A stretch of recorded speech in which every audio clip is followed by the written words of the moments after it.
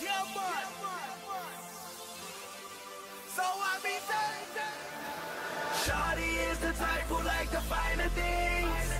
Flowers, cars, and candy, they don't mean a thing. You gotta control her and jewel her with diamond rings.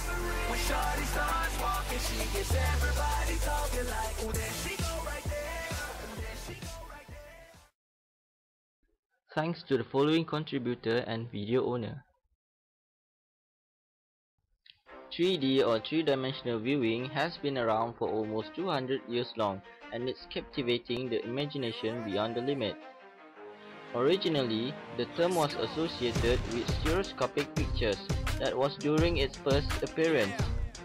In order to avoid confusion with stereophonic sound, nowadays it is more likely to be known as three-dimensional. Discovered by English scientist Professor Sir Charles Wheatstone, he was the first to describe this technology in 1838. The first usable instant 3D appearing around 1844, the time when photography was invented. The stereoscope was a device that can take photographic pictures in 3D by simply taking two photos focused on an object slightly different viewpoint, similar to how our separate eyes sees the world. In 1890, William Fries Cree made the first stereophonic camera. The principle was the same as today, to use two parallel pictures, one for each eye. This experience method was pretty different from what we have today, and people at the end of the 19th century had to stand over a stereoscope to enjoy the film. Today's well-known 3D glasses arrived later in 1922.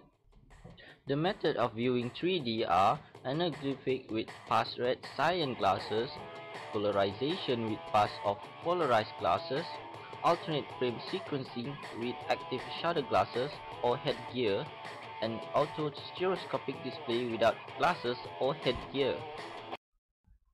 Anaglyph images are used to provide a stereoscopic 3D effect. The first method to produce anaglyph images was developed in 1853 by Wilhelm Rollman. Images are made up of two color layers, superimposed but offset with respect to each other to produce a depth effect. The picture contains two differently filtered colored images, one for each eye. Two monocular disparity, or your eyes being set a certain distance apart, these glasses are needed to put the dispersed images together again, so your brain can see them as three-dimensional. The Viewmaster. Most of us surely have heard about the Viewmaster during the early days. The Viewmaster was invented by William Gruber and was first introduced at the New York World's Fair in 1939. It is a novelty toy which uses the stereoscopic techniques to make the images appear to pop up from the background. Although this Viewmaster is still available, it only shows the 3D effects of non-moving pictures. Thus, this makes people demand for more than just a Viewmaster. Now we move on to three-dimensional films. Regarded as new and groundbreaking, the technique is actually as old as the movie industry itself. The first ever 3D film feature was The Power of Love, which was screened also in 1922, and it is recognized as the first successful 3D film feature. Despite good reception by the audience, the only copy of this film has been lost, so this pioneer can only be experienced through comments and testimonials. However, The Power of Love was going to create a market for what we know as 3D. Hollywood became desperate for a gimmick after the technique called cinemascope faded. But despite this, nobody seems interested to revise this hopelessly outdated low inventive technology. This was until the independent film Buona Devil came out of nowhere in 1952 and managed to attract its audience back to the movie theaters with the illusion of depth. The great film studios know profit, and Moana has become the second most successful 3D film feature. Then, there were some serious actors that take advantage of this growing popularity dimension. John Wayne starred in Hondo, which is believed as the first 3D film feature that can just also as well be enjoyed in 2 dimension. But Alfred Hitchcock's Dial M for Murder was the most successful 3D film feature during the 50s. But even though after the successful of Alfred Hitchcock's film, the 3D popularity only stands for about 50 years. This is caused by the unstable of this new dimension film. While technologies become more accurate, the principle remains the same, creating an optical illusion of depth.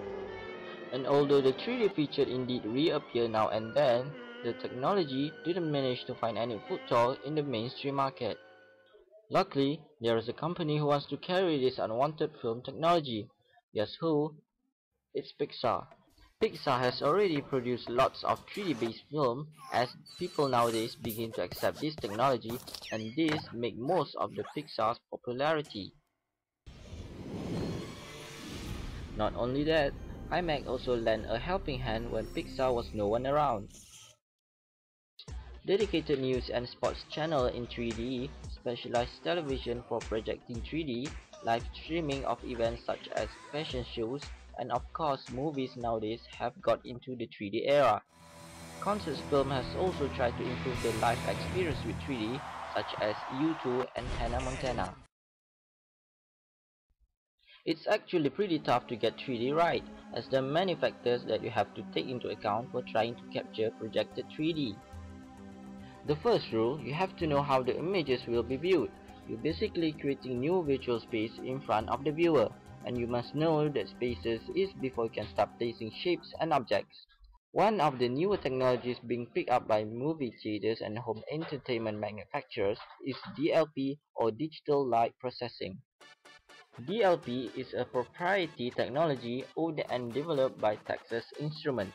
It minimizes space between pixels and allows for more crisp, vivid and sharp images that is 100% digital. A new format for stereoscopic 3D movies has recently been introduced to theaters, raising the image and color quality to higher levels. Unlike the old red, blue and ugly format, the new technology uses polarized lenses, a metallized screen and polarized glasses to allow the viewer to see sharp, full-color, separate images with their left and right eyes. These new technologies are creating a new market for stereoscopic 3D movies and games. For animation, the content is very easy to generate. As for result, it seems like you can reach out and touch the objects on the screen. Well, there you have it. And now, before I end this video, here are some 3D demos that I found it's perfect to picture the real 3D motion picture looks like. Thank you for watching and have a nice day ahead.